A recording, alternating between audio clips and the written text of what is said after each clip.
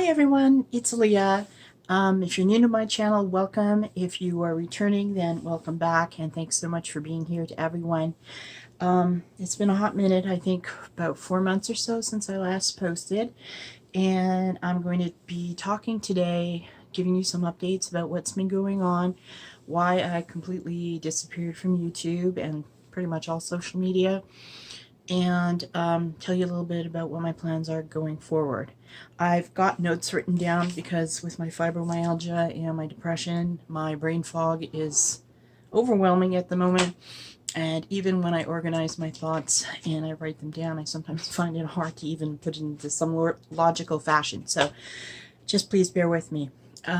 First of all, I'm going to be trying once again, and I think this is the last time I'm going to try it, because if I can't stick to a weight loss challenge this time around, I'm going to forget that, because I don't want to mislead you guys into thinking that I'm going to be following through with something and then I don't. I try, I don't, etc. Like, that's enough. So I'm joining Mieka from her channel, Mieka Fasting Weight Loss, and I'll put a link down to her channel either down below or her video up here somewhere in a card. And it's the 100 Days Weight Loss Challenge.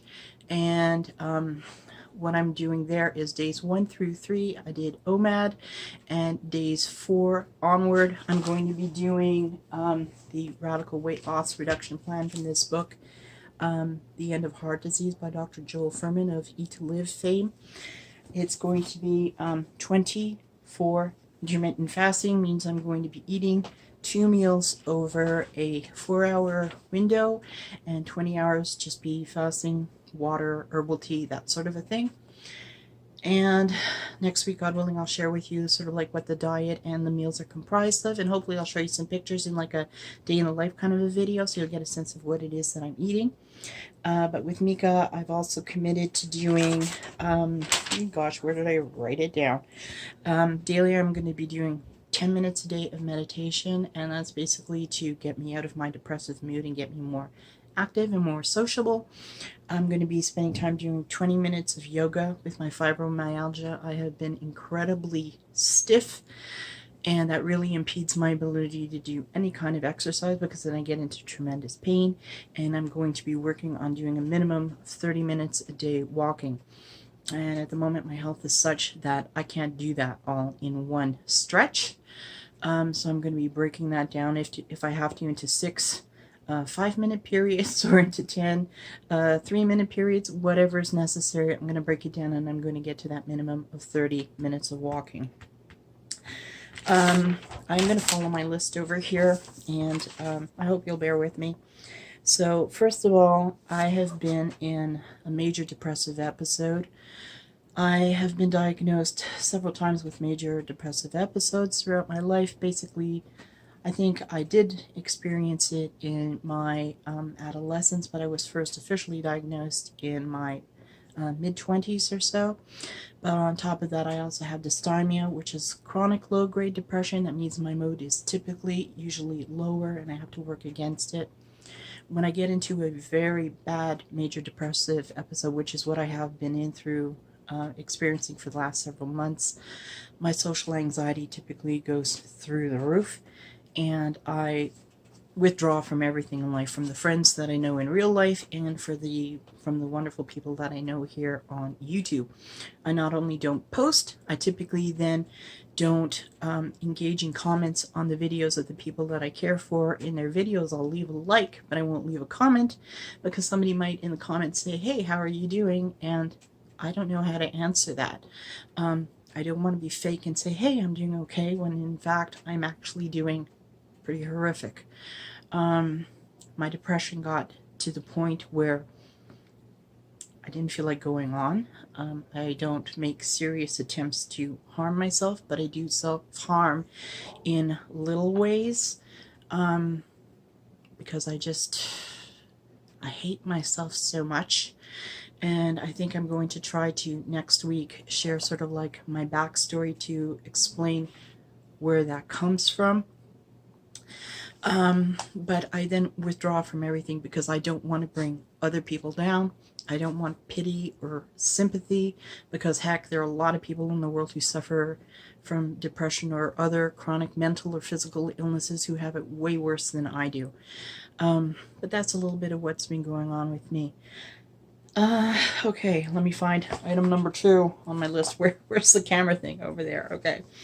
Part of, I think, what brought me to going further downhill is that I had been really working on trying to lose weight, and that required that I change my binge eating habits, because when I am emotionally distraught, whether I'm angry or sad or fearful, I turn to food to self-comfort and to self-soothe. And I think, I mean, this sounds like a metaphor, and I'm sure many people use it, but to like stuff those emotions down that I really don't know how else to cope with. So I had joined sometime last fall 2 binge eating disorder groups. One was very structured, where we had like a lesson plan and homework to follow every week, and the other one was more informal, where people with all sorts of eating disorders could show up and share their life experiences, what brought them to their illness, and what they were doing to get better. And there was a lot of bonding there, and it was fantastic. But of course, with the pandemic, right, many of these groups just quit. And I think that the agency, the government agency that was responsible for running and supervising these groups, decided that to guard people's personal comfort, they weren't going to be conducting the groups by Zoom or Skype or anything like that. So they were just cut off, and that was the end of it. As well, what happened at the same time, I was due to, I had finally gotten a call from the hospital for bariatric surgery, which is an option that I had told myself I would take if I couldn't lose the weight on my own. And I was looking forward to having my first appointment with the nutritionist and the nurse, and they get the psychological counseling that goes with it starting in April. And that, of course, was completely put on hold as well. I know they're starting to rebook appointments now. I followed up and called them, but it's going to probably be another month or 2 before they get around to my name and I can get that kind of support. In terms of seeking psychological help, I'm not in a position to do that right now. The hospital that has referred me on for help, because of our family income, I do not qualify for any additional public support through the government. But what the criteria looks at are just your income tax statements from the last year or 2. It does not take into the account that my husband's teaching job was put on hold, and that his second position was recently abolished because he was involved in community outreach, and it required a lot of public contact, and it's a nonprofit organization, community organization, so that job is now defunct. They just canceled it. So we don't have the discretionary income for me to seek help. I do have a very good family insurance plan through my employer, but that limits payment for psychological services to $1,000 per person per year. And with the rates of therapy going at $150 to $200, that's a maximum of 5 to 6 sessions. And when the first session is always, an intake, there's no benefit to the services offered after that, because how far are you going to progress in the remaining 4 or 5 sessions. So those factors fed into my being more depressed. Where am I here? I'm so sorry, I've got to go through this list, people. So what I have been doing instead, because I can't qualify for the therapy, is I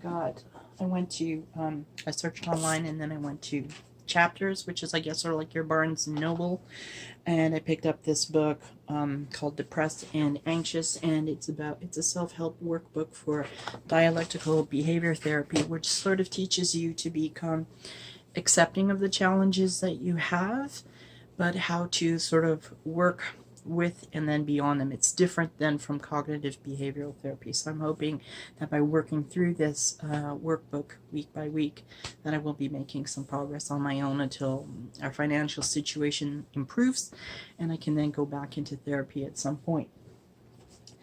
That said, I really feel bad, guys, about having to torture you through going through this so slowly.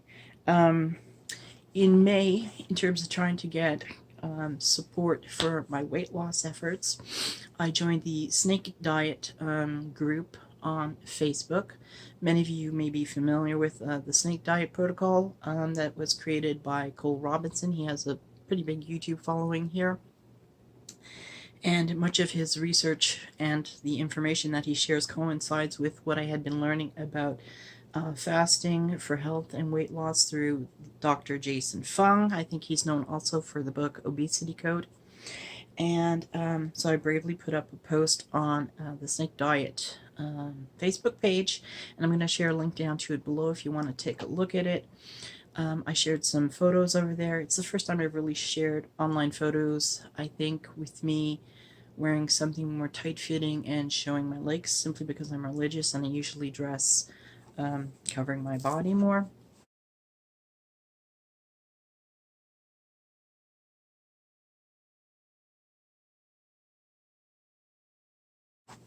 But I'm going to put them here in this video for you to take a look at as well. And at the time that I made that post on May 1st, I weighed 263 pounds.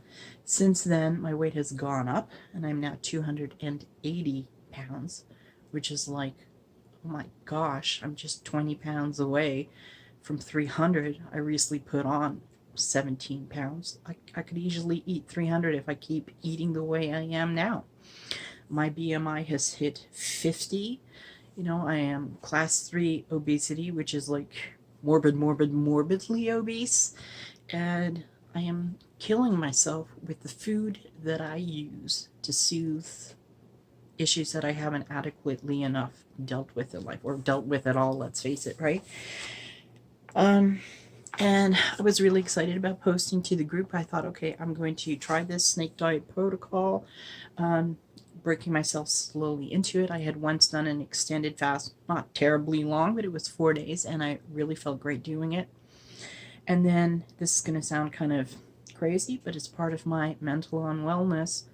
The post received an awful lot of love, comments of support, and a lot of DMs offering help and encouragement and cheering me on. And I did what I typically do when I get that, when I've had that even on this channel, is I become overwhelmed and I run away because I don't feel deserving of that love and support. I desperately need it, but I run away from it. So I'm hoping next week to share part of why that is. But I'm trying to get back into finally coming forth and sharing with you, even if I can't be happy-go-lucky in my videos, how I'm doing and go forward from here. When I created my channel Whole 180, I wanted to share a journey of transforming yourself mentally, physically, emotionally, spiritually, to get well from whatever starting point you were at. And I've been afraid to do that. I've seen a lot of the let's say hate comments that go out to some of the YouTubers you may be familiar with, Amberlynn Reed or Chantal of Foodie Beauty fame, because these ladies vacillate. They're very large, they're ruining their health. I'm not as large as either of them, but you know, I could get there easily if I'm not careful. And they flip-flop, you know, they commit to doing something and then they falter, they commit, they falter, and I started doing that, and that's the last thing I want to do. I want to be able to come on here and help and motivate others who, like myself, are struggling so much. So a few people that I've spoken to recently have suggested that, you know, if I'm going to one day be able to help others, I need to show all of what the journey is like, even the unpleasant and uglier and sadder parts, which is what I'm sharing a little bit of right now. So coming videos are going to include that. Once I get healthier and I feel better, I'll be peppier and more my usual lively, fun self. And I'm hoping then to do some vlogs that share that aspect of my personality with you, so that I can hopefully uplift you a little bit. But I'm going to be sharing the downs as well too.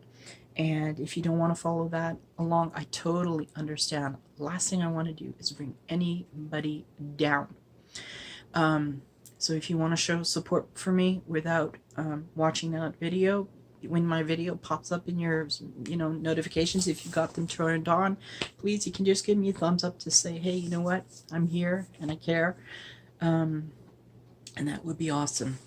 Okay, where did I leave off? Okay, so as a result of gaining the weight, I just have a few more points to share, so maybe for another 5 minutes, guys. My breathing has gotten really, really bad. I mean, I sleep with a CPAP machine. I was diagnosed with severe obstructive sleep apnea earlier this year. The pressure on my machine is now set to 14, whatever that means. Typically, for most people with sleep apnea, it's 10 minus 14, but I really need more like a 16. I don't understand why the the sleep expert, the doctor that's following me, when I last spoke to him in June, said that we will only have a follow-up appointment and he will look at the stats off of my machine once we get back to face-to-face meetings. I don't understand why it can't be done over the phone. There's no physical exam involved. He already did that.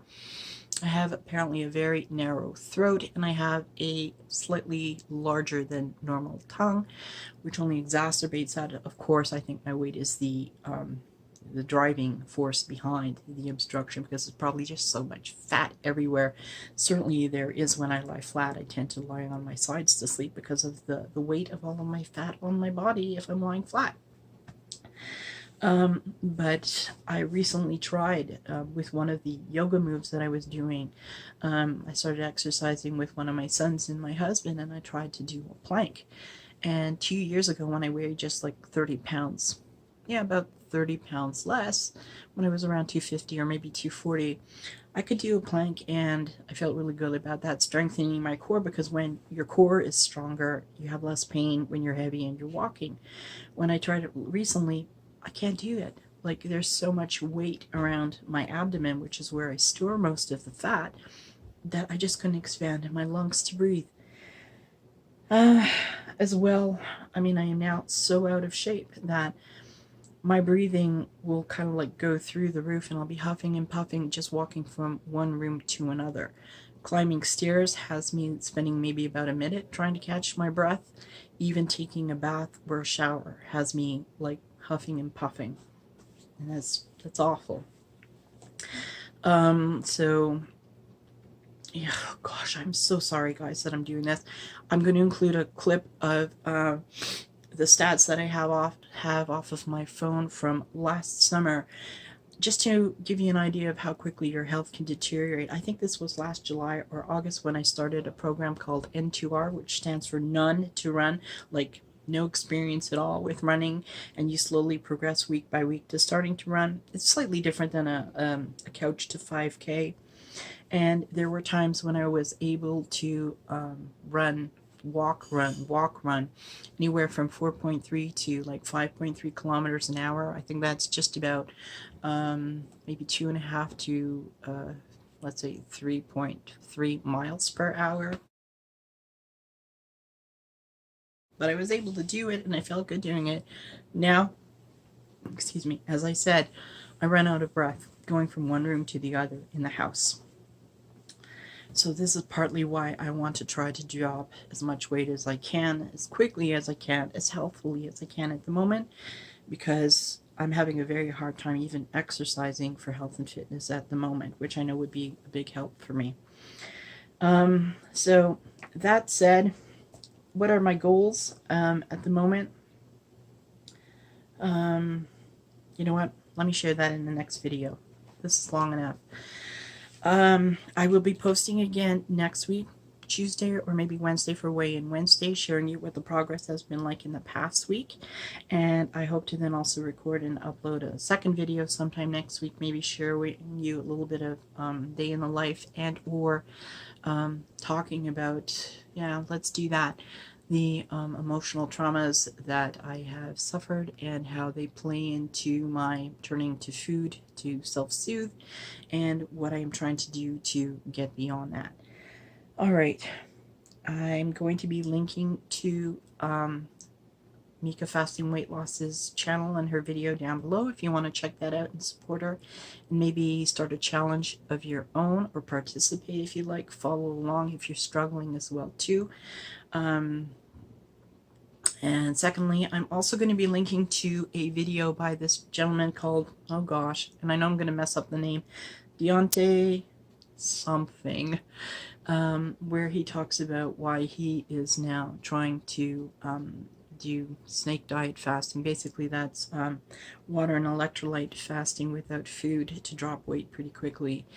And he talks there about how he feels, and certainly I agree with him, how selfish it is to eat to self-soothe when you are morbidly obese and you're putting your life at risk, particularly when you have family that count and depend on you, and not necessarily even financially depend on you if your kids are older, but they depend on you, on being there for them, to love them and support them and encourage them throughout their lives. And that really touched me when I heard that. It's quite a moving video, so I'm going to share that with you if you'd like to check that down below and offer him support. If you've made it at all through this entire length of the video, God bless you.